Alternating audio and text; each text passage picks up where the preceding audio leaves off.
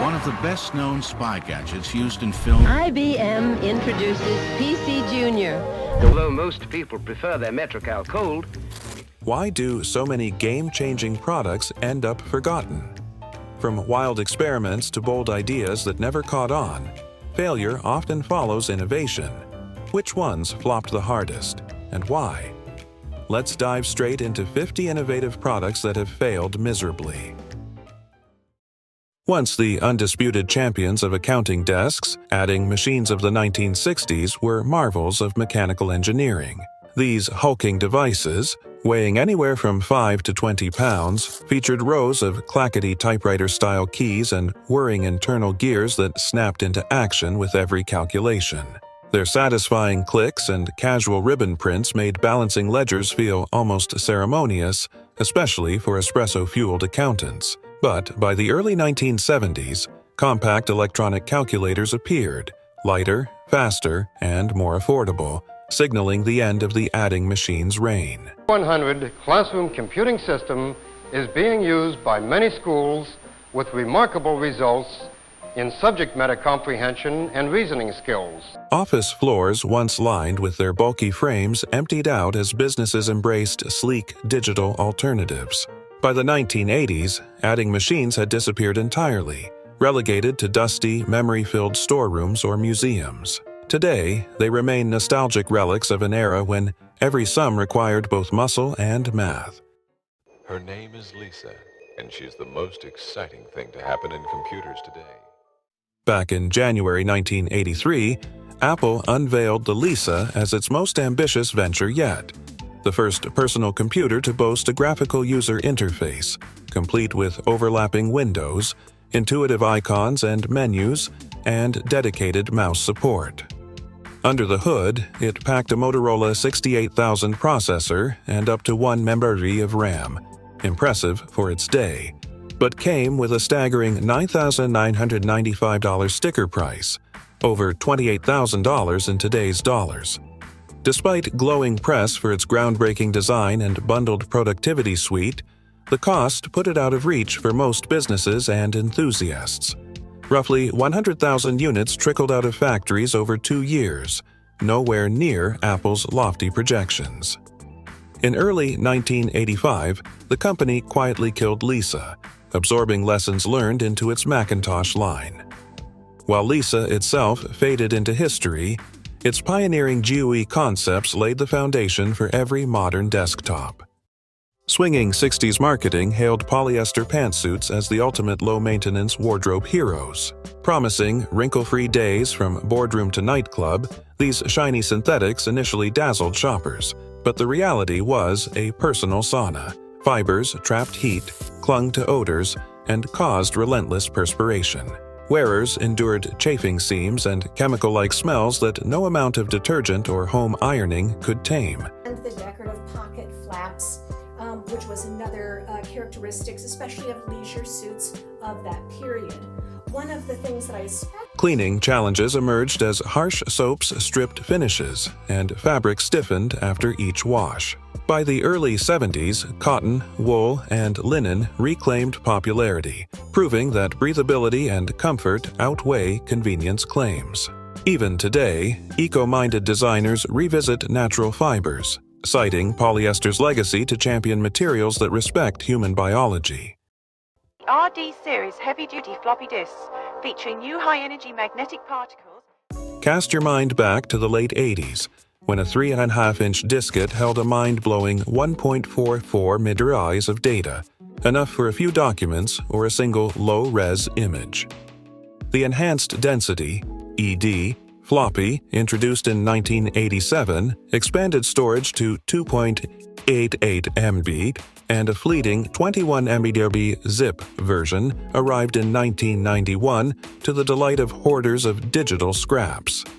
Clad in soft plastic shells, these platters spun at 300 RPM while clumsy Write Protect tabs guarded precious files. Yet, as software ballooned and hard drives shrank in price, the floppy's clumsy mechanics and limited capacity rendered it a relic by the mid-90s. Though manufacturers finally pulled the plug, The floppy lives on iconically in every save button worldwide, an enduring tribute to a technology that once ruled our desktops.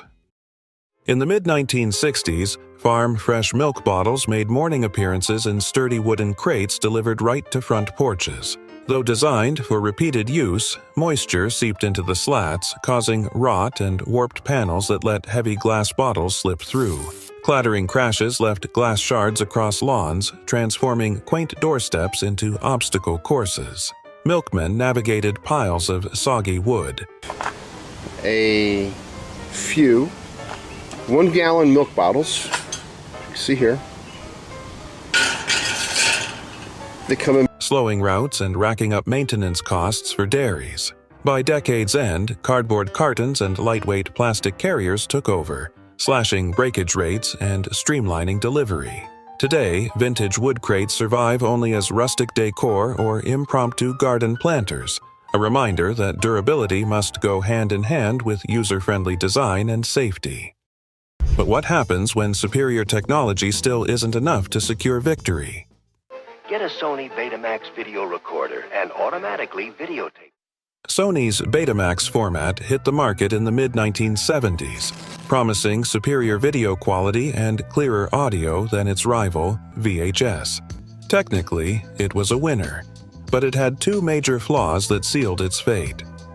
First, Sony kept tight control over Betamax by refusing to license it broadly, which meant far fewer manufacturers produced Betamax machines. Second, early Betamax tapes could only record up to 1 hour of footage, too short for most feature films. Meanwhile, JVC's VHS format offered longer recording times, rapidly improving quality, and a more open licensing model that encouraged competition and drove prices down. Consumers gravitated toward the more flexible, affordable option. Despite its early promise, Betamax quickly lost ground and became the go-to example of a product that was technologically superior, but a commercial failure. And when a product makes waves for all the wrong reasons, can it ever stay afloat? Let's see. In an era obsessed with shortcuts, vibrating exercise belts arrived as miraculous waist whittlers that buzzed away fat with zero effort. Users strapped on these motorized bands, settled into armchairs clutching magazines, and awaited inches to vanish, only to find nothing but mild irritation, bruised skin, and a bruised ego. Fit appropriate. Oof. I'm really having a time of my life. Can you leave? Okay, you want to try it? Yeah. Behind the flashy ads lie a simple truth. Vibration can't burn calories or break down fat cells. As disappointment mounted, manufacturers quietly shifted to new fitness gimmicks. Yet the vibrating belt set a blueprint for every overhyped health fad since. Modern detox teas and AI-powered workout apps trace their roots here. Yet none have managed to deliver on that daydream of effortless transformation. PC Junior from IBM, the computer that's growing by leaps and bounds. Back in 1983, Coleco made a leap into home computing with the Atom system. Packed with 64 KB of RAM, a daisy wheel printer, twin tape drives, and an expansion port for peripherals, all for about $600, the Atom promised to revolutionize the PC market. Unfortunately, engineering shortcuts led to disastrous launch day failures. Flawed tape mechanisms wiped user data on startup, and power supply glitches triggered shutdowns. Frustrated owners returned machines by the thousands. Retailers seethed over lost sales, and review outlets mercilessly panned the device. Despite aggressive pricing and bundled software, only around 95,000 units shipped before Coleco pulled the plug in early 1985. The $35 million write-off wiped out profits, hastening Coleco's decline and leaving the Atom remembered as a cautionary tale. Rushing hardware to market can derail even the most promising innovations. Imagine a world where video calling existed in 1964. AT&T did it. They debuted the picture phone at the 1964 World's Fair in Queens, New York. You could see the person you were talking to, but the tech was way ahead of its time. It was low resolution, super slow, and cost a whopping $16 to $27 per minute just to talk, and that didn't include building the hardware or setting it up. Then dial your number just as with an obsolete old 55 model phone, and when your party answers, there he is, almost as big as life on the 10-inch video screen. Businesses and regular folks found it prohibitively expensive and awkward. People simply preferred good old voice calls. By the time commercial offers rolled out in a few cities like Chicago and New York, nobody cared. The dream of bringing faces to phone calls faded fast. So much so that video calling wasn't popular again until we had the internet decades later. The Kodak disc camera has automatic film advance. In the early 1980s, Kodak tried to innovate with the Disc 4000, a pocket-sized camera using a rotating disc containing 15 tiny negatives. The design was sleek, modern, and aimed at casual users wanting a simpler alternative to 35mm. But while the camera looked futuristic, the results were anything but. The negatives were so small that enlargements turned out grainy, muddy, and low in detail. Consumers were asked to pay a premium price for noticeably worse prints. Labs also struggled to process the unusual format properly. While Kodak poured millions into marketing, customers quickly turned away. By 1984, the product line was quietly shelved, and the disc film itself was discontinued by 1999. Today, the Disc 4000 is mostly remembered as a classic case of style over substance in consumer tech.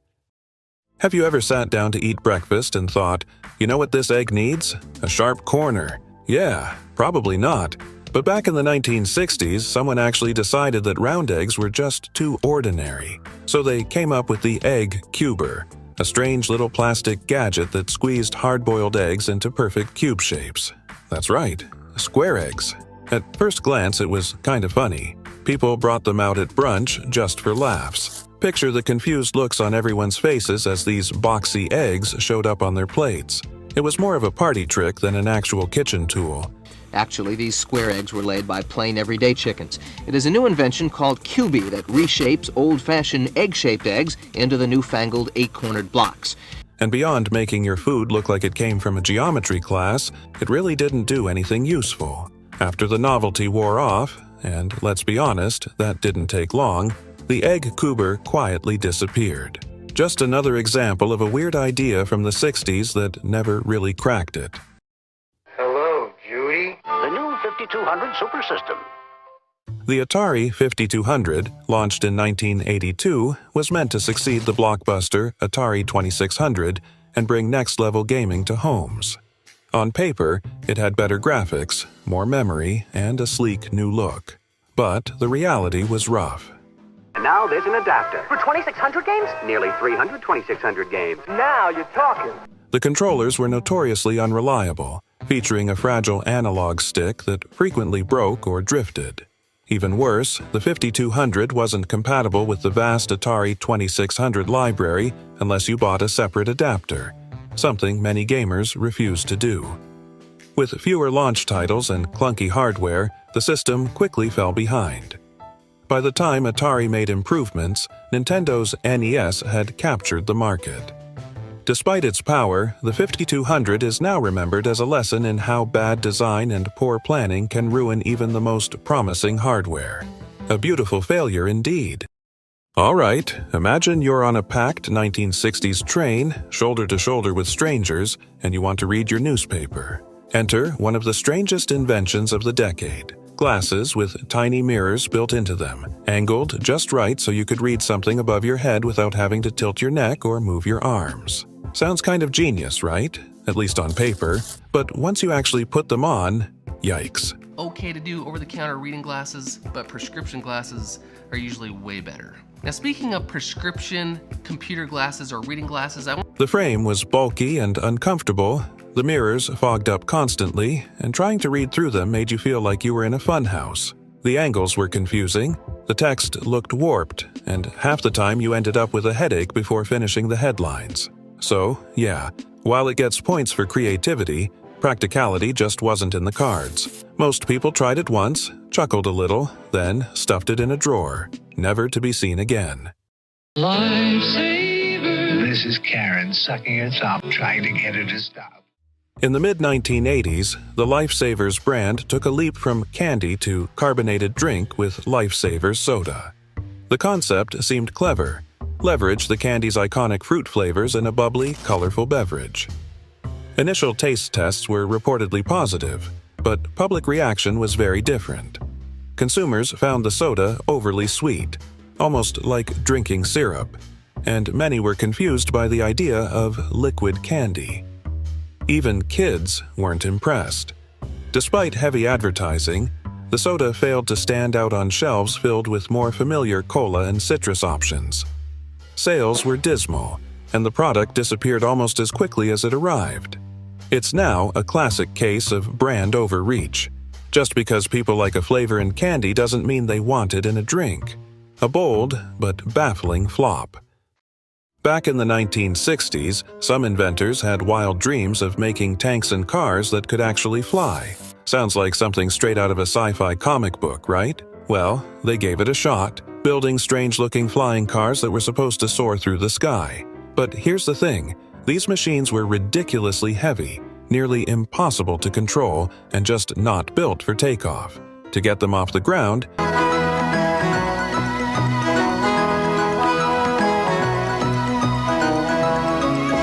they needed massive tow planes or imaginary hover systems that didn't even exist yet. In theory, they were cool. In reality, a total mess.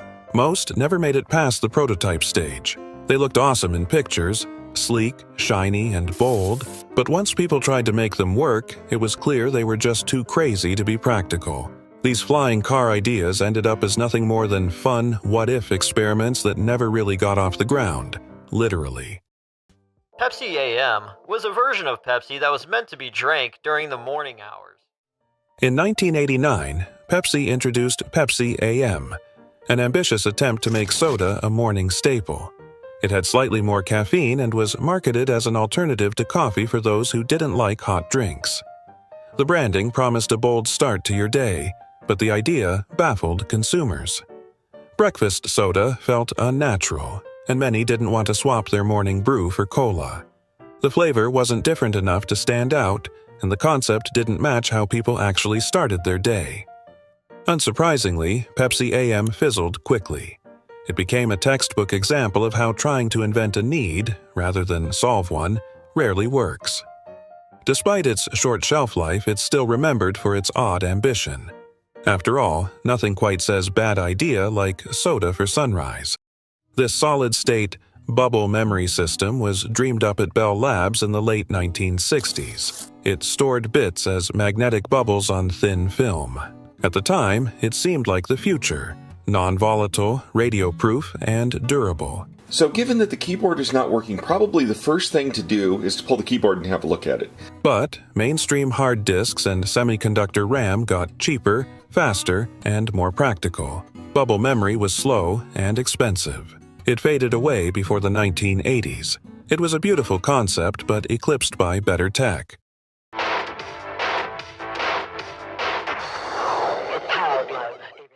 When Mattel released the Power Glove in 1989 for the NS, it promised something straight out of science fiction: motion-controlled gaming.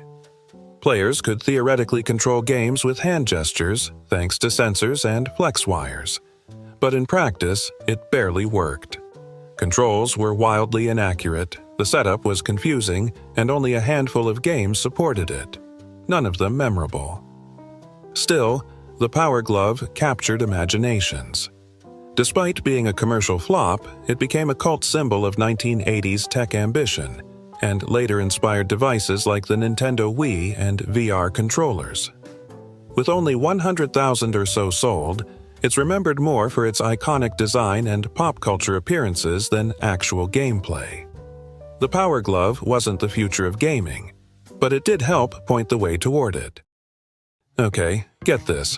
Back in 1962, someone actually thought it was a good idea to build a rifle that could fire a mini nuclear bomb.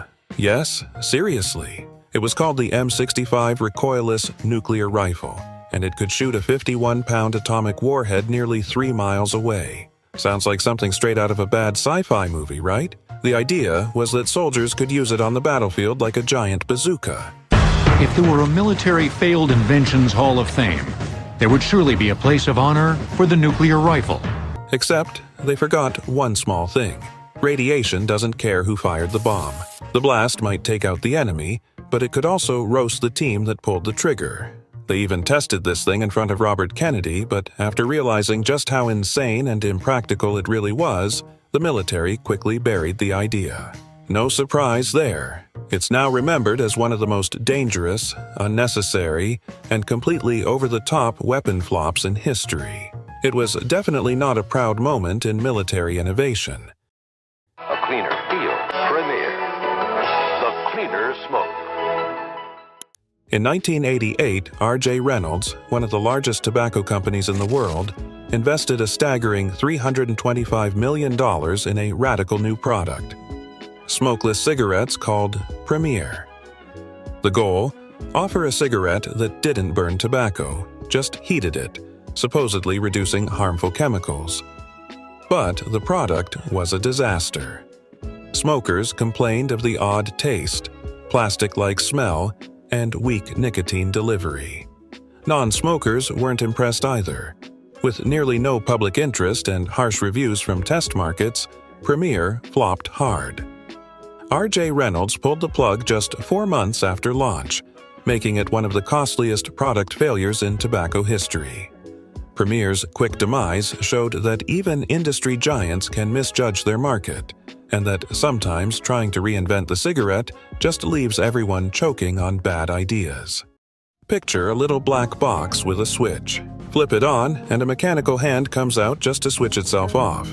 That's it. Invented in the 1960s by Captain Coney under the name Little Black Box, or Monster Inside the Black Box, it had no real function other than making you smile or scratch your head.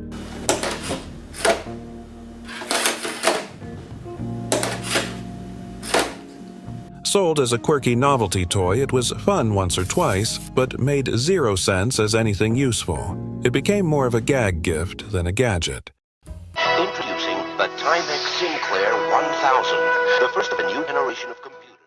Timex, partnering with Sinclair Research, entered the U.S. computer market in the early 80s with ultra-budget home computers like the Timex Sinclair 1000. Priced around $100, it promised affordable computing for everyone. But you got what you paid for: a harsh membrane keyboard, just 2 KB of RAM, and nearly no storage or power. Programs took ages to load, often from cassette tape, and the user experience was painfully slow. While initial sales were strong due to the low price, customer satisfaction was low and returns were high. Timex exited the market within 2 years. Though the machines sold in the millions globally, they failed to establish a lasting appeal. The Timex Sinclair series became an example of how cutting corners to reach a price point can alienate users completely. In the early 60s, before portable music players, companies experimented with record players designed to go anywhere. Think vinyl on the move. The Emerson Wondergram was one such device, marketed as the 45 RPM adapter. It was missing the adapter, so I designed one and printed it.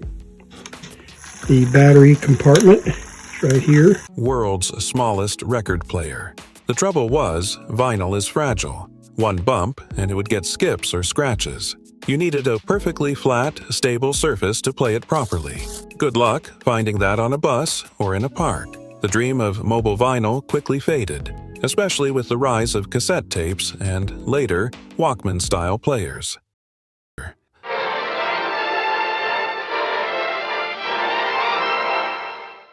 Before Laserdisc hit homes, there was MCA's DiscoVision, a cutting-edge video format launched in the late 1970s. It offered superb picture quality compared to VHS and Betamax, thanks to analog optical storage. But DiscoVision discs were fragile and prone to skipping or even shattering. The players were staggeringly expensive, sometimes costing more than a used car, and couldn't record. Meanwhile, VHS offered a cheaper, more flexible alternative for time-shifting TV and home rentals. DiscoVision quickly flopped, But the underlying tech evolved into Laserdisc, which found niche success among cinephiles and educators. Still, neither format ever broke through to mainstream consumers. Both ultimately lost to DVDs in the late 1990s. DiscoVision is remembered as a visionary failure. Too advanced, too expensive, and too impractical for its time. All right, imagine this. It's 1964, and a man named Klaus Scholz comes up with a genius idea. A robot that answers phone calls for you. Sounds cool, right? Except it didn't really do anything. When the phone rang, this little machine would reach out, lift the receiver, and then just sit there. No hello, no message, no beep, just complete awkward silence. Will you please leave a message and I'll call you back. Go ahead. And proceeds to make his call in perfect confidence that business will be cared for during his absence. The poor caller on the other end had no clue what was going on. People thought it was creepy rather than helpful, like talking to a ghost who didn't feel like chatting. The worst part? It didn't record anything, didn't take notes, didn't pass along a message. It just stared into the void and wasted time. Not surprisingly, folks quickly tossed it aside when real answering machines came out. The kind that actually spoke, beeped, and let people leave messages. In the end, this silent robot became a short-lived tech fail no one really missed. These are the Nagel women. Nagel women usually have sleek black hair. Patrick Nagel's art defined 80s chic. Sleek, stylized women rendered in flat planes of black, white, and pastel tones, all framed by bold geometric shapes. His portraits, aloof figures with sharp cheekbones, perfectly coiled hair, and inscrutable gazes, became shorthand for cool confidence and modern glamour. Nagel's work flooded album covers, magazine spreads, and bachelor pad walls, spawning countless knockoffs that capitalized on his instantly recognizable aesthetic. Today, his images still feel fresh, evoking an era of neon lights and new wave energy, yet they transcend their decade with timeless graphic flair. It's fitting that in a vintage craftsman home, a lone Nagel print mysteriously hangs, a reminder that true style never fades, even when its origins slip into obscurity. Yes, this was a real thing.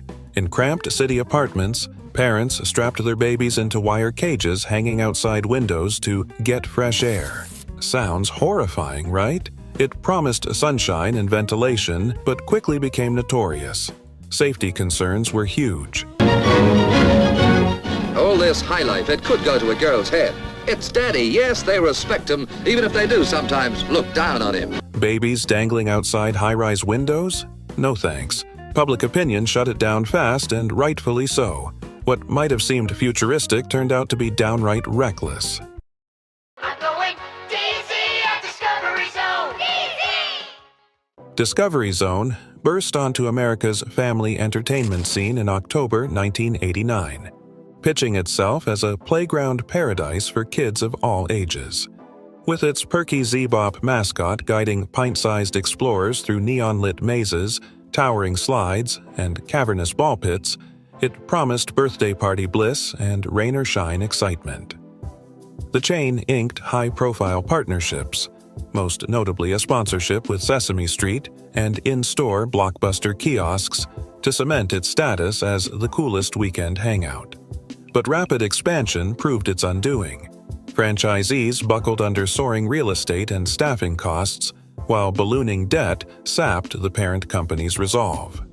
Despite last-ditch restructuring attempts, Discovery Zone slid into Chapter 11 and gradually closed every center by 2001. Nowadays, former fans still swap stories of epic ball pit battles and prize-winning arcade showdowns, proof that even the fastest flops can leave lasting memories. Ever heard of the shower hood? In the mid-1960s, someone thought, what if you could take a shower without messing up your hair? So they built this giant plastic dome hooked to a vacuum system. Reversible. You won't have to waste time cleaning this because every time you shower, you flip it inside out and the shower cleans it for you. Best of all, you can have all this for the low price. It sounded clever. Keep your style dry while showering. But the actual experience? Awkward and clunky. It looked like a space helmet and felt like one too. No one wanted to stand under that every morning. People preferred the simplicity of a shower cap. The device never caught on and disappeared into the annals of weird 60s inventions. Introducing the great new taste of Coca-Cola. The best tasting Coke. When Coca-Cola introduced its sweeter formula, New Coke, on April 23, 1985, executives believed the change would stun Pepsi and revolutionize the cola market. They had conducted extensive taste tests in multiple cities, where a majority of participants favored the new blend over both original Coke and Pepsi.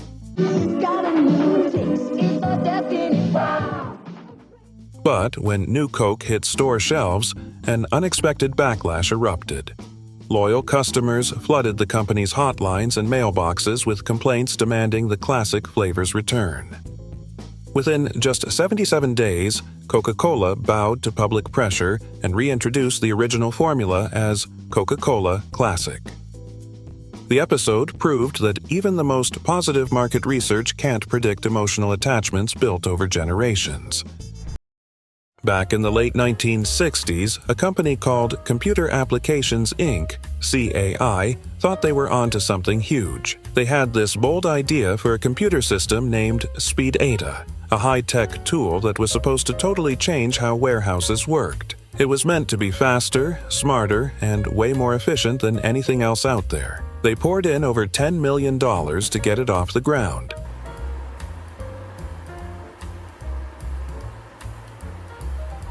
Dreaming it would be the future of logistics and inventory management. But here's the thing, the customers just didn't show up. The demand they were counting on never really happened, and CAI hit a financial wall. They still needed another $5 million to finish it all up, but no one was willing to throw more money into the project. By April 1970, they pulled the plug. The company fell apart soon after.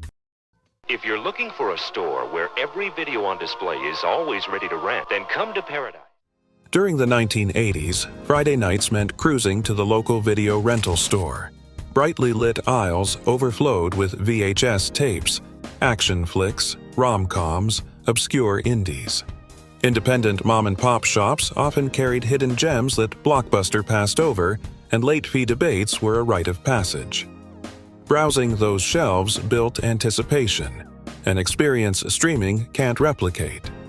Then came Netflix DVDs by mail, followed by on-demand streaming, and the clattering VHS racks went silent. The last video store now stands as a nostalgic oddity. No more frantic searches for a copy in stock, no more rewind warnings. What remains is a wistful memory of community corners where cinephiles traded tips and miscounts of due date.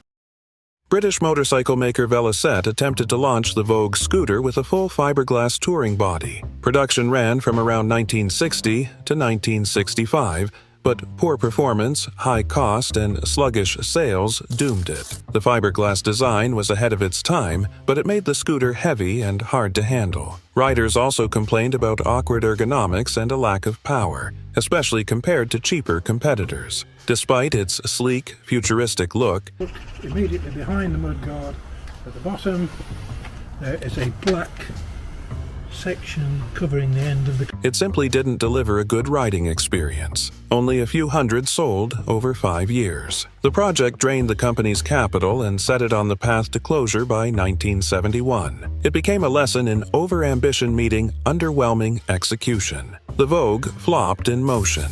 Next came a system that failed before it even moved. The Sinclair C5, £399. Want to buy one? Sir Clive Sinclair aimed to revolutionize urban transport with the Sinclair C5, a battery-powered electric tricycle launched in 1985. Compact, quiet, and futuristic-looking, it was pitched as the ideal solution for short city commutes. But it had serious flaws. It topped out at just 15 mph, offered no protection from rain or cold, and sat so low to the ground that drivers often couldn't see it, raising major safety concerns. Its limited battery range and the need to pedal uphill didn't help either.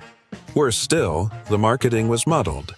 Was it a car alternative or just a quirky gadget? Consumers were confused and unimpressed. Sales nosedived and production ended within the year. Though it has since gained cult status for its bold ambition, the C5 flopped hard at launch, widely seen as a toy rather than the future of transport. Back in the 1960s, Chevrolet thought they had come up with a genius idea to help drivers deal with icy roads.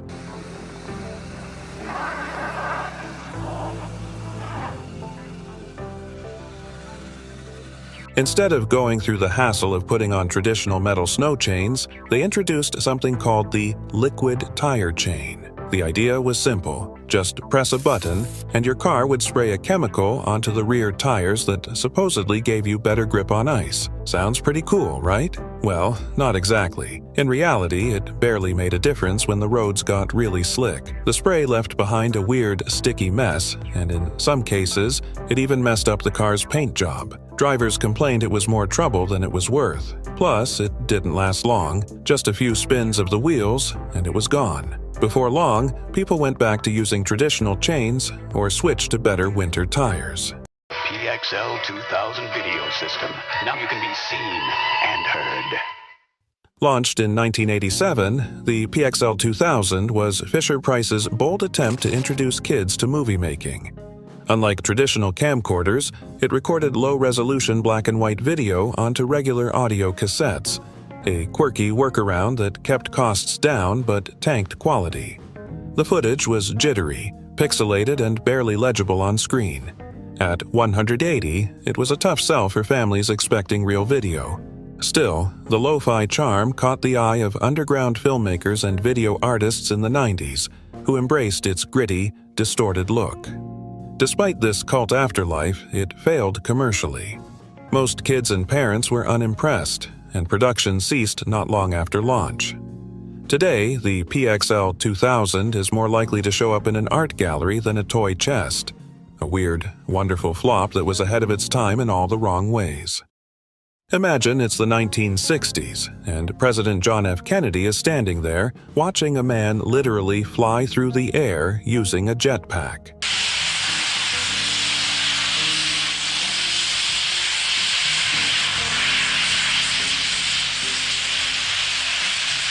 It looked like something straight out of the Jetsons. Futuristic, exciting, and totally mind-blowing. People were sure this was the beginning of a flying future. The Bell rocket belt had arrived, and it promised to let humans zip around like superheroes. But reality hit fast. The thing could only stay in the air for about 20 seconds, just long enough to travel around 400 feet. And when it came time to land, let's just say it wasn't exactly smooth. It was bumpy, risky, and way too dangerous for everyday use. Plus, it cost a fortune to build and fuel. So, while the idea made headlines and got people dreaming, it turned out to be more show than substance.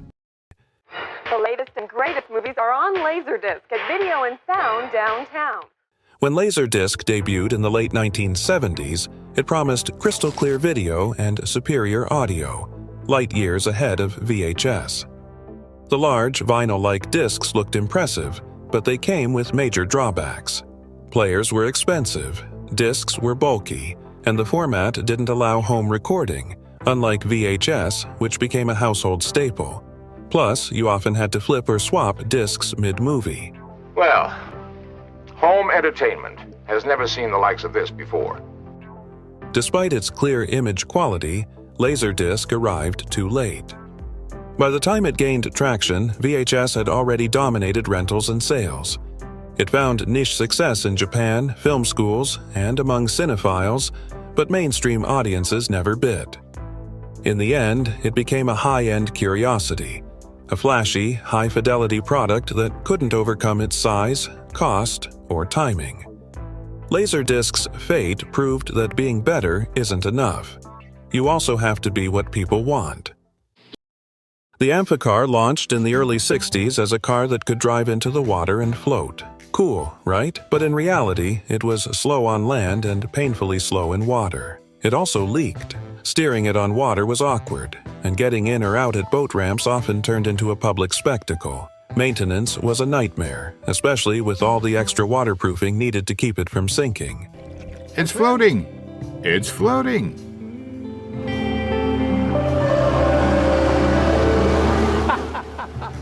Krista. Owners had to grease over a dozen points after every swim just to keep it running. And despite the novelty, it wasn't exactly cheap. Buyers discovered it was neither a great car nor a real boat, just a gimmick.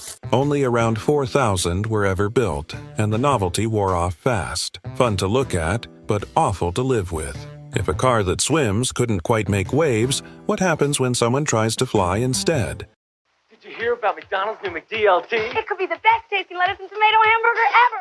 In the 1980s, McDonald's introduced the McDLT, a burger that came in a double styrofoam container.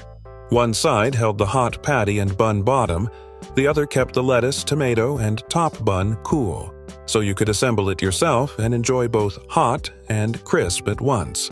McDonald's wants you to join McDLT. The hot stays hot and the cool stays cool. You get a quarter pound of beef on the hot side. While clever in concept, the McDLT had major flaws. Customers didn't enjoy the DIY aspect and questioned why a fast food chain made them finish the prep. Worse, environmental concerns were mounting, and the bulky styrofoam packaging drew sharp criticism. Sales dipped, and the McDLT quietly vanished. Though some still remember its catchy jingle and clever slogan, the McDLT serves as a nostalgic reminder that over-engineering a burger can backfire, especially when it involves two compartments and a conscience. Back in 1963, someone came up with a gadget called the Read-O-Matic, and on paper, it sounded like a genius idea, especially for people who struggled with reading. The device was supposed to make things easier by using a little mechanical arm to point out one line of text at a time, helping readers stay focused. But the reality? Not so great. This thing wasn't quiet. It made an annoying scraping sound every time it moved.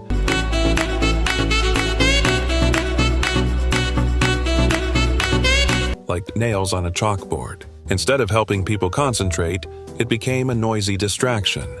And let's not forget the price tag. It cost way more than it should have for something you could replicate with a simple ruler and a little patience. People quickly lost interest, especially when better, quieter, and cheaper tools came along. Commodore released the Commodore 64 GS. In 1990, Commodore reimagined its popular Commodore 64 as a dedicated gaming console, the C64 GS game system. It ditched the keyboard and ran on cartridges only, aiming to compete with Nintendo and Sega. But there were problems from the start. It had no keyboard or disk drive support, which meant it couldn't play the massive library of Commodore 64 software users already loved. Developers were reluctant to produce new cartridges for a shrinking audience.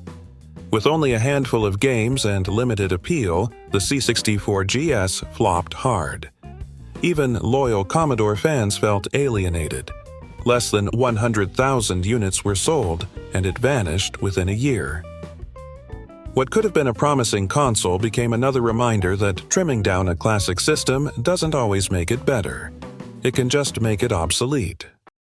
Imagine watching a movie and smelling the on-screen scene: grass, fresh rain, or coffee, or so advertisers promised. Smell-O-Vision debuted in the 1960s film Scent of Mystery, but it flopped fast. Scent dispensers hissed, odors arrived out of sync, sometimes seconds late. Sony is introducing Smell-O-Vision at the Consumer Electronics Show in Vegas this week. The goal is to make gaming as immersive. And theaters smelled weird afterward. The technology was distracting, inconsistent, and frankly, kind of gross. Audiences laughed the first time, but it never caught on. Smell-O-Vision was shelved and left in the dust. Smell-O-Vision tried to change how we watched movies. Next came a device that tried to change how we read them. Today I am so excited to share with you the story of the Dot. Released by Computer Devices Inc. in 1983, the Dot computer featured an Intel 8088 processor and MS-DOS support, seemingly ready to take on the IBM PC. But under the hood, it wasn't fully IBM compatible. That critical flaw meant major business software and peripherals didn't always work. Priced competitively but lacking the one thing customers truly needed, reliability and compatibility, the Dot struggled from the start. Sales barely broke 2,000 units before the end of the year. Layoffs followed and CDI filed for bankruptcy shortly after. The DOT was technologically impressive but strategically flawed.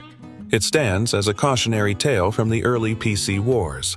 In a market built on standards, almost compatible means not compatible enough, and that's all it takes for a promising machine to crash and burn. Zap mail from Federal Express, when overnight is just not fast enough. In the mid-1980s, FedEx tried to reinvent document delivery with Zapmail, a high-speed, fax-based service that promised same-day delivery without overnight shipping. Offices could send documents electronically to a FedEx center, which would print and deliver them locally. It was a massive investment, with a national infrastructure rollout and intense marketing. But it didn't account for two things: the rapid fall in fax machine prices and the rise of desktop computing and email. Businesses soon realized they could send documents directly, faster and cheaper, without FedEx as the middleman. Zapmail cost the company hundreds of millions and was discontinued by 1986. Today, it's remembered as a high-tech misstep from a logistics giant, a case of reading the future correctly but missing how fast it was arriving. Let's take a trip back to the mid-1960s, when a Canadian company called Clairtone decided to shoot for the stars with its fancy new GTV color television. This wasn't your average boxy TV. It was sleek, stylish, and looked like something straight out of a futuristic movie. Clairtone believed they were about to change the game. But here's the problem: the world just wasn't ready. Function, remote control, color television. So beautiful, it enhances any decor. Back then, color TVs were still super pricey and not many people had them in their homes. So while the GTV looked amazing, most folks simply couldn't afford it. To make things worse, Clairtone poured a ton of money into advertising and made some big mistakes in production. By 1967, they were down over $6 million. Ouch! What started as a bold, beautiful idea turned into a financial disaster. From Seiko comes the world's first ever TV watch. In 1982, Seiko unveiled the world's first TV watch, a marvel of miniaturization featuring a 1.2-inch screen. It looked like something out of James Bond, but the fantasy fell apart fast. The watch itself only displayed video. A bulky receiver box, connected by wires, had to be clipped to your belt. The screen was so tiny it was nearly unwatchable, and the battery life was laughably short. At around $500, it was a pricey novelty few could justify. Though it made headlines and turned heads, the TV watch was never practical and quickly disappeared from store shelves. It lives on as a charming relic of 80s tech optimism, a wearable future that sounded amazing in ads but didn't work in real life. Sinclair Radionics thought they'd invented something game-changing: the world's first pocket-sized FM radio. Released in 1965 as the Micro FM, it was tiny but plagued by technical glitches, weak reception, and erratic performance. The design looked sleek and futuristic, but the functionality just wasn't there. Early adopters quickly realized that style couldn't make up for spotty sound. Users were frustrated by poor tuning and limited battery life.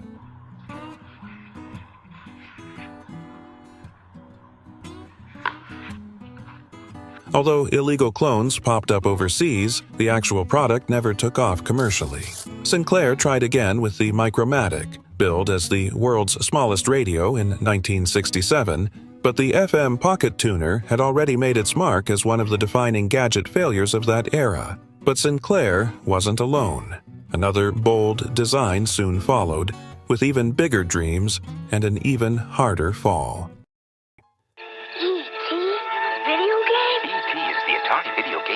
You have to buy separately. Atari's E.T., the extraterrestrial game for the 2600, is often called the worst video game ever made, and possibly the one that nearly killed the industry. Rushed out in just 5 weeks to hit Christmas 1982, it was plagued by confusing objectives, clunky controls, and repetitive, broken gameplay. Kids were baffled, parents were annoyed, and the game tanked. Atari had manufactured millions of copies, expecting a hit, but retailers returned unsold boxes in droves. The failure contributed to Atari's collapse and the broader 1983 video game crash. Legend holds that millions of unsold ET cartridges were dumped in a New Mexico landfill, confirmed decades later. It remains a legendary example of what happens when hype, licensing, and rushed deadlines collide, resulting in digital disaster. Back in the early 1960s, a new diet drink called Metricol hit the shelves, and people went crazy for it at first. The idea was simple. Just mix the powder with water, drink it instead of eating real meals, and boom, you'd lose weight. Sounds easy, right? But here's the twist. The stuff tasted awful, like really bad. Imagine drinking a glass of bland, chalky milk that somehow made you hungrier. Most folks couldn't get past the first few sips without gagging, and even those who stuck with it found themselves still starving. Metricol was developed to help you lose weight and avoid regaining it. And now, Metricol is available in new liquid form, ready to drink. People got so desperate that they started adding booze, yes, actual liquor, to the drink just to choke it down. Metricol went from miracle diet drink to joke of the decade real fast. In the end, it gave one big lesson. No matter how good the marketing is, taste still matters. But when it's not your taste buds being let down, what happens when it's your ears?